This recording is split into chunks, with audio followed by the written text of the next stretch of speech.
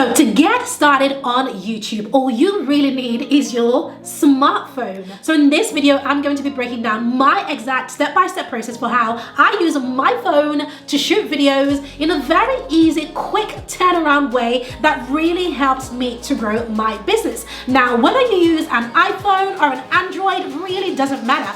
Regardless of what phone you use, you're going to see massive value just by watching this tutorial, because the steps I'm showing you doesn't really have to do with just the iPhone. It literally has to do with just using any phone. As long as you have a camera on the phone, you can definitely complete these steps and get incredible results. Hey there, I'm Obasa, the founder of The Lucrative Lady, and on this channel, I bring you the best marketing tips and tools to help you to grow your business online and increase your revenue. And I'm so excited about this 5-part series. This is of course part 1, where I'm showing you how to actually create the videos. Then in part 2, I'm going to be showing you how to edit and create amazing thumbnails all from your phone. Then of course in part 3, I'm going to be showing you how to edit the actual video. Then in part 4, I'm going to be showing you how to upload and optimize that video for views. And then I have a bonus for you, which is part 5. It's a bit of an anomaly, but in that video I'm actually going to be showing you how to record videos for YouTube without showing your face. So I've covered all grounds because I want you to get massive value for being here and joining me today. So if you haven't already subscribed to this channel, do me a favor and go ahead and hit that subscribe button and turn on your bell so that we can continue to grow and you can see these videos 3 times a week when we publish. Now, when I first started out on YouTube a long time ago, I actually started off not with my phone, but I started with a Canon camera, very expensive camera. I think it was over £2,000 that my husband bought for me, but I felt so intimidated because I didn't have an idea for how to use the camera. And as you know, with any type of tech or equipment, the key is in really understanding how to use the thing in terms of the settings. And so because I didn't know how to really set it up properly, my videos just never turned out the way that I wanted it to turn out. It just looked washy. Sometimes I looked gray. Sometimes I just looked weird. And you know, it was so discouraging that after my first couple of videos, I actually stopped recording video content altogether and disappeared from YouTube for a good 5 years. Yes. So when I looked back and I thought about it, I really wish that I had just done what I'm teaching you today, and that is started with my smartphone, because it is actually way much easier to create videos from your phone than it is to start mastering all sorts of settings and camera techniques and all of these things that you don't actually need to worry about if you are using your phone. So I just want to encourage you as we dive in that you can totally do this. And the best thing about what I'm teaching you today is that you already have the tool that you need, which is any smartphone that you own. You can totally have a flourishing channel on YouTube, create amazing content for your business or for other areas of your life just with what you have. So when it comes to recording really great videos from your smartphone, the first tip that I want to give you is to make sure that you are using the front face of your camera. So that means that you want to put your camera on selfie mode. So we're going to begin with the camera on here. You're not actually going to shoot with this camera. You're going to shoot with the camera at the back, and I'll be talking about that in a moment. But the reason you want to put your camera in selfie mode is because you want to use that to find your spot, right? So I begin by putting my camera in selfie mode, and I just kind of walk around the room and just to kind of just figure out what it looks like, you know, what I can see, what people can see behind me and so forth, you know, so I can look and I can go, okay, those books are, you know, one of it might be out of place, or perhaps I need to put the books in place. Perhaps I want to move my plants about, or perhaps I want a completely different view. And if I go this view, for example, I'm seeing a completely different perspective, or because I have changed my view. So when I first started trying to record on my phone, I didn't used to do this. I would literally turn my phone the other way and I couldn't see myself, right? So the first thing you want to do is you want to lock in your spot by putting your camera on selfie mode and just finding your position. That is the first thing that you want to do. So number 2 is then to set up your gear and all your accessories. Now there are 3 types of accessories that you need for this type of recording. You need your microphone. You also need your camera, of course, which is on your phone, but you also need a tripod. Now there are lots of times, to be quite honest with you, where I'm recording a video and I'm just holding the video in my hand. Now, these are great for videos, for, you know, Facebook ads or Instagram ads, etc. But if you're recording a video for YouTube, you definitely want to have some sort of tripod. Yes, you can just lean your phone, you know, on some sort of shelf and lean it there and it will face you. But if you have a tripod, then it's much easier to just rest your phone on the tripod. So you want to set up your tripod really nicely. And one of the types of tripods that I use, I have a ton of tripods, from this type of tripod where I can literally wind its legs around anything. So if I'm filming outdoors, for example, I can find a tree or a branch somewhere and I can literally wind this around the branch and it will just stay there and I will just record my video. To the type of tripod that you have seen, the one with my ring light, that's very easy to move around. Speaking of ring lights, you need some sort of lighting.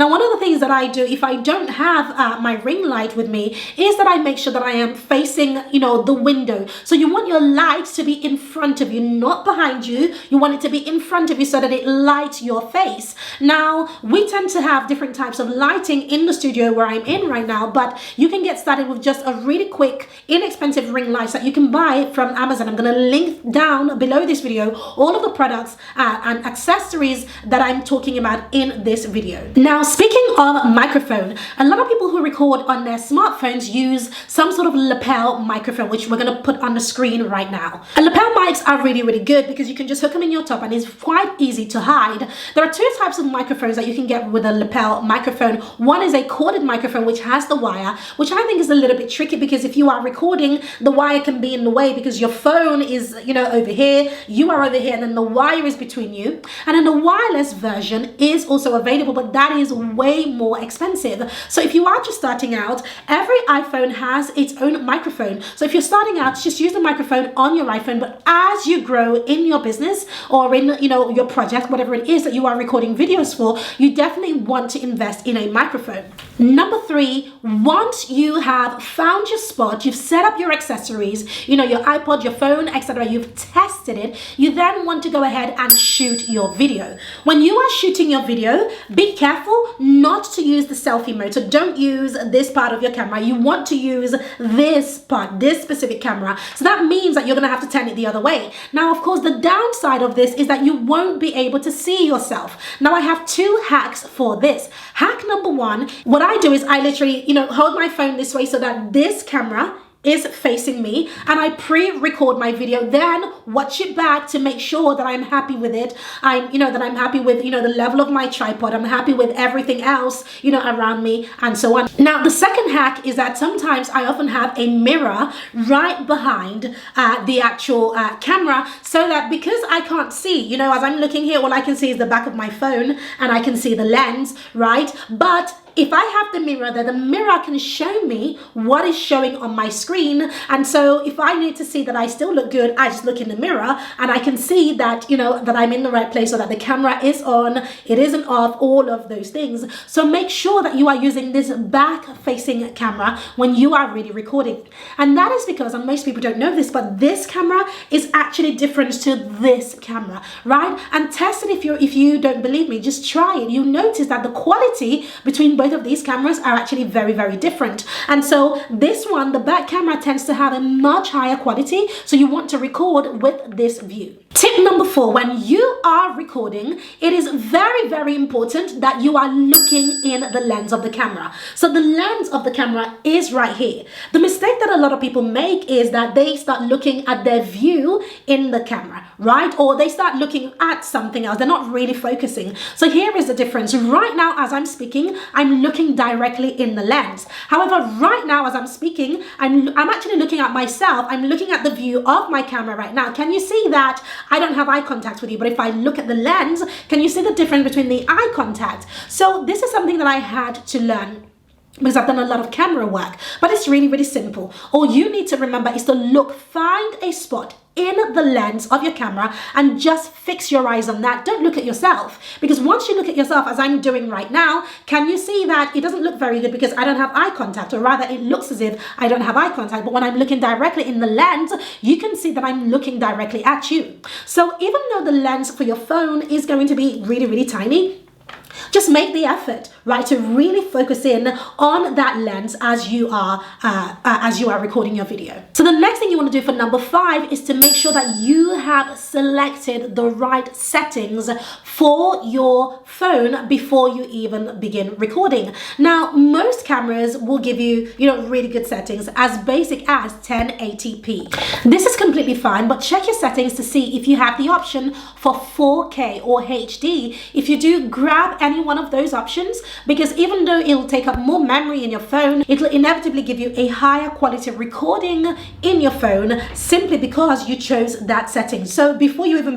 begin recording, make sure you check the settings and make sure that it's set up correctly. Number 6, deliver your content. Once everything is set up, you've got your settings there, everything is right, you want to then deliver your content. Now, I mentioned earlier that when I first started, I became really overwhelmed really quickly. Now, one of the reasons, yes, it was because I had an overwhelming camera and I should have just stuck to my smartphone. But the other reason was that I wasn't actually prepared. So one of the ways to ensure that you have really good content is to make sure that you prepare. Now, I want to share a few steps to preparation. The first step is to do your research. Whatever type of content you want to create, I promise you that so many other people have created that exact content. So you want to make sure that you've done your research. Watch their videos, find out what is it that makes it amazing. Why do they have all of these views, and what can you do differently? Do your research. Step 2, after you have done your research, write down some notes. That is really important. So drop down some notes and write down some of the things that you want to add to your content that will make yours a little bit different. Step 3, once you've written down your notes, you then want to break it down into bullet points or numbered lists. So you can write, number 1, number 2, number 3, number 4. These are the things that you're going to talk about, so that when it comes to you actually recording the content or delivering the content, you can literally pick up your notes from your notepad or your phone, which I often use, and you can just go through that list of number 1, 2, 3, 4, 5, and it becomes really easy to edit afterwards. But the key to this really is that preparation and making sure that you know what it is that you are going to say and that you are going to teach and how you're going to do that. If you are able to do that ahead of recording your content, it makes it very easy to deliver really great content. And finally, the last thing you want to do once you have delivered your content for number 7 is you want to add your call to action. Speaking of call to action, if you haven't already subscribed to this channel, please go ahead and click the subscribe button, turn on your bell, so that you'll be the first to see our content. We publish content 3 times a week. So whatever your call to action is going to be, whether it's to have people subscribe or to watch another video or to click a link below your video in the description, make sure you add that in. So hooray, massive well done. If you have joined me until the end of this video before I even share my bonus, which is part 5, and I want to say a massive thank you. One of the biggest problems that I see when people want to create content for YouTube or just video content in general is burnout. They burn out very quickly. And when I thought about this, because I did burn out at the beginning of my journey, I realized that the reason most people burn out is because they only have YouTube as their business, right? And the business of YouTube is brilliant, but it takes a very long time for you to actually start getting monetized and to start getting paid well, like you see other people getting paid. It takes a long time. But what if you could monetize your expertise or your story and turn that into a business and then have YouTube supporting that instead? What if you could do that? Well, I want to invite you to my upcoming masterclass, where that is exactly what I will be teaching you to do. Because if you can follow the path that I'm teaching you and monetize your expertise instead, you will start getting paid much sooner, way sooner than YouTube could ever pay you. So join me inside my masterclass, where I'll be teaching you how to turn your story or expertise into a wildly successful and profitable coaching business without even having an audience. So if you have no audience, if you are afraid of tech, all of the overwhelm and all of that negative stuff, then you don't have that to worry about. I'm going to be showing you how to navigate all of that and still build a wildly successful coaching business. So click the link below this video and join me live in that masterclass. Now that we've covered that, let's dive into the Q&A and the tips and tricks section of this video. Now, as a bonus, I want to share some quick tips for you, a little bit further, some of which I've already shared before. Creating videos on YouTube is all about consistency.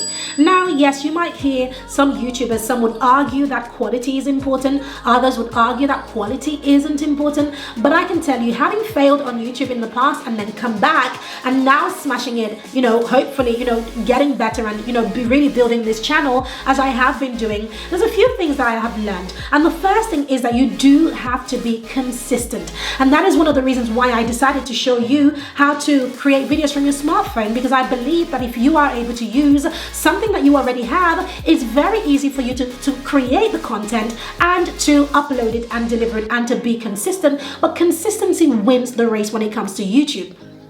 The second tip that I want to share with you is that when it comes to YouTube, when you are first starting out, more is better than less, right? So what that means is that when you're first starting out, you want to try to publish more than one YouTube video a week. So 2 is a really good number. 3 is even better than 2. Any more than that and you run the risk of being overwhelmed. So I say to keep it safe, do 2 videos a week. Now, whatever days or times that you choose, this is tip number 3, whatever days or times that you choose, make sure that you stick with it. This is very important for the YouTube algorithm, right? Stick with that day, stick with that time. If it's Tuesdays and Thursdays at 7 p.m., stick with those specific times. It really helps you to grow quicker. These are some of the things that I wish I had known when I first started out on YouTube, before I became really, really overwhelmed and then just left it and did something else. I'm glad that I came back and that I now am able to share these tips. So if you like them, let me know in the comments. Comment below to let me know, how are you doing with creating YouTube videos?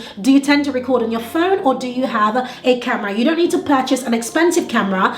You can just use your phone. So comment below and let me know how you are creating videos for your YouTube channel. Now, before you go, I want you to join me in the next video where I'm going to be talking about how to create thumbnails for your YouTube videos using, once again, your smartphone. So join me in that video.